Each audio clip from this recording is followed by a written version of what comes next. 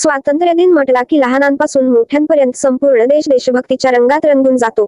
15 August या दिवशी संपूर्ण देश स्वातंत्र्य दिनाचा 78वा वर्धापन दिन साजरा करण्यात येत आहे। त्या निमित्ताने सर्व नागरिकांना हार्दिक शुभेच्छा। 78वा स्वातंत्र्य दिनानिमित्त नाशिक महानगरपालिका जिजामाता शाळा या ठिकाणी माजी नगरसेवक सलीम मामा शेट्टी यांच्या हस्ते ध्वजारोहण करण्यात आले। याप्रसंगी श्रीहरी संवेरा, पत्रकार रवींद्र एरंडे व सामाजिक कार्यकर्ते श्रीधर डिगोळे, मनपा शाळा क्रमांक 28 मुख्याध्यापिका छाया गोसावी, सुरेश खंडबहाले, यशवंत जाधव, पुणाजी मुठे, रेगजी वसावे, सुरेश छे, पल्लवी शेवाळे, सोनिया बोरसे, कविता शिरोडे, भारती पवार, सोनाली कुवर, योगेश निकम, विपुल भामरे।